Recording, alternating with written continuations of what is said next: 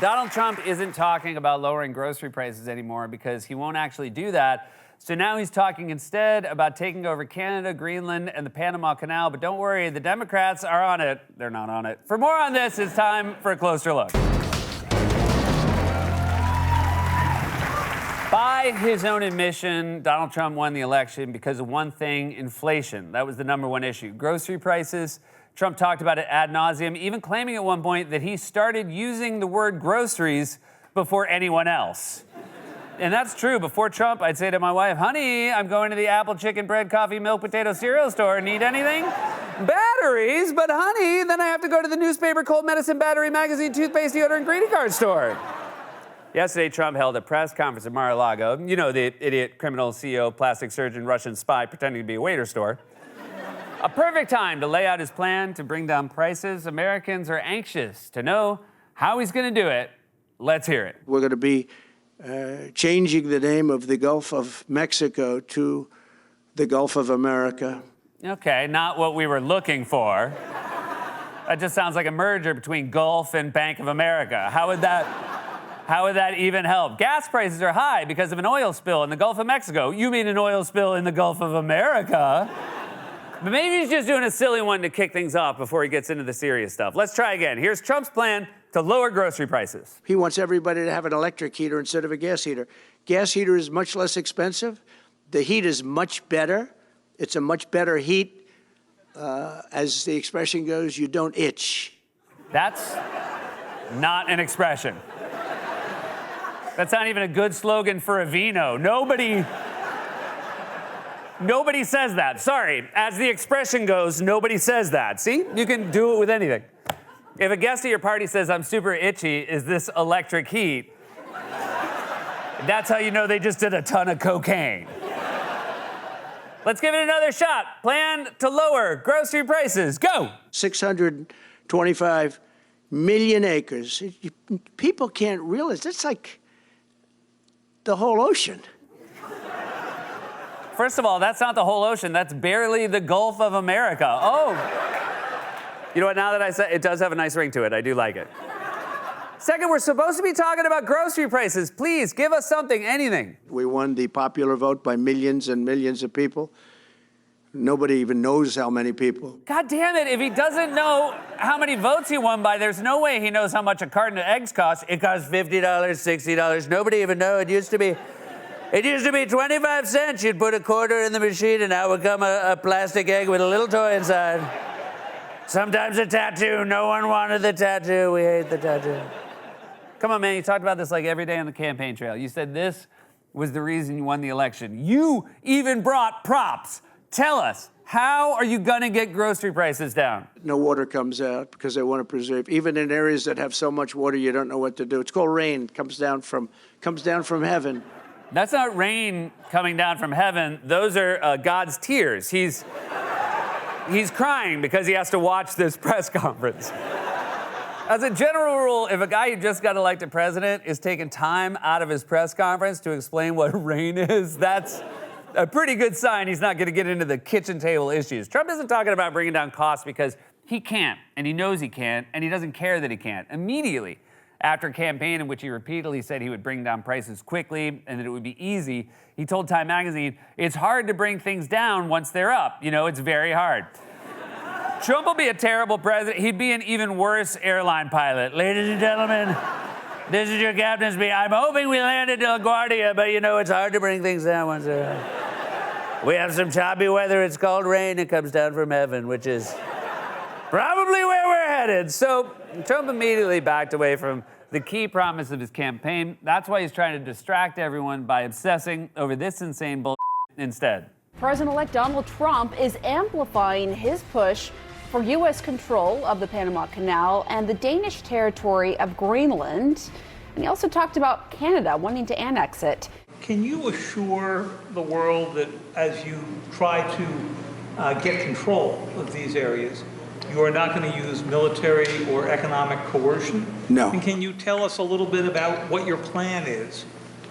Are you going to negotiate a new treaty? Are you going to ask the Canadians to hold a vote? What is the strategy? Yeah, I can't assure you, you're talking about Panama and Greenland. No, I can't assure you on either of those two. We need Greenland for national security purposes. Canada and the United States, that would really be something.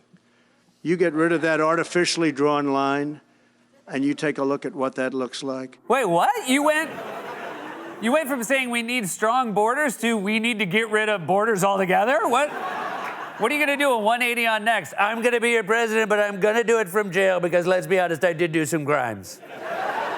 This is all I'm saying. It will not happen. None of this will happen. But that doesn't mean it also has zero consequences. You can't just threaten to use the military to annex a bunch of foreign countries and expect everyone to say, ah, ha, ha, ha, the jokester's at it again. Trump even sent a diplomatic emissary to Greenland to scout the territory. But don't worry, it was someone who has expertise in foreign affairs and who can be trusted with such a delicate mission. And also, and I'm sure this is a coincidence, he's also named Donald Trump. Donald Trump Jr., back from Greenland just a couple hours ago. Don, great to see you. Did the people there that you spoke with and interacted with, did they seem interested in the idea of getting closer to the United States and maybe being liberated from Denmark, who's had control of Greenland for the last 200 years? 100%. I mean, honestly, I didn't see a single negative. These are people that feel they've been exploited. They have not been treated well by Denmark. They're prevented from utilizing the great natural resources that they have, whether that's coal, whether that's uranium, whether that's other rare earth minerals, whether that's gold and diamonds. Well, you know, when a white man shows up talking about your gold and diamonds, what could possibly go wrong? As the expression goes. You sound like a 19th century prospector who just discovered cocaine. We got to keep digging. There's gold, there's diamonds, there's coal, there's uranium, there's rare earth minerals in those hills. I'm super itchy. Is this electric heat? Trump has no intention of improving the material lives of working class Americans. His cabinet of billionaire oligarchs just want to loot the government, gobble up as many resources as they can. They got elected and then said, yeah, it turns out we can't do groceries, so we're just going to do an Ocean's 11 on Greenland. Bye, no takebacks. That's obvious. The question now is, what are the Democrats going to do about it? Did they get the message from voters? Here's Joe Biden responding just the other day to concerns about his age. My being the oldest president, I know more world leaders than any one of you ever met in your whole goddamn life. All right, bro. Damn, why is he talking to us like we're a cop who just pulled him over? You giving me a ticket? I had lunch with Charles de Gaulle, you little twerp. You ever heard of Boutros Ghali? He was on my Christmas card list, Christ's sakes. And look, I like that you're showing some fight just in time for Americans to cast their votes. Wait, hold on, 2 months ago? Damn it.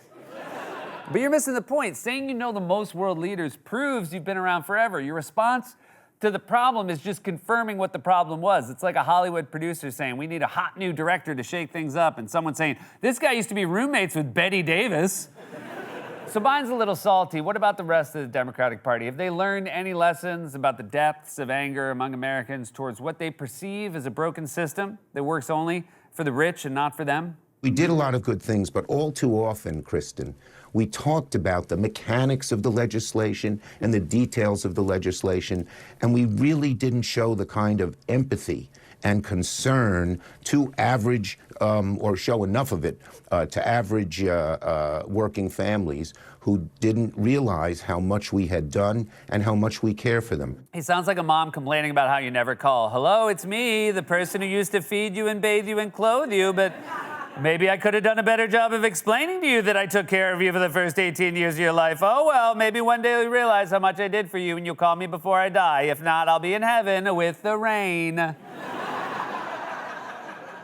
Look, it's true. Biden and the Democrats did get the economy back on its feet from the worst of the pandemic, and the U.S. has had the best recovery of any major economy in the world, but people are still pissed about the deeper rot in the system and the material conditions in their lives, especially compared to how well rich people are doing. New tonight, the federal government reports that there has been a double-digit jump in American homelessness compared to last year, and an even bigger jump among families. The rich are getting richer, or at least Elon Musk is. In fact, Bloomberg reports that Musk's net worth hit $400 billion. That's the first person ever to be that wealthy. Man, it really adds insult to injury to hear that news delivered in that accent. The rich are getting richer. And there's more good news. The poor are getting poorer.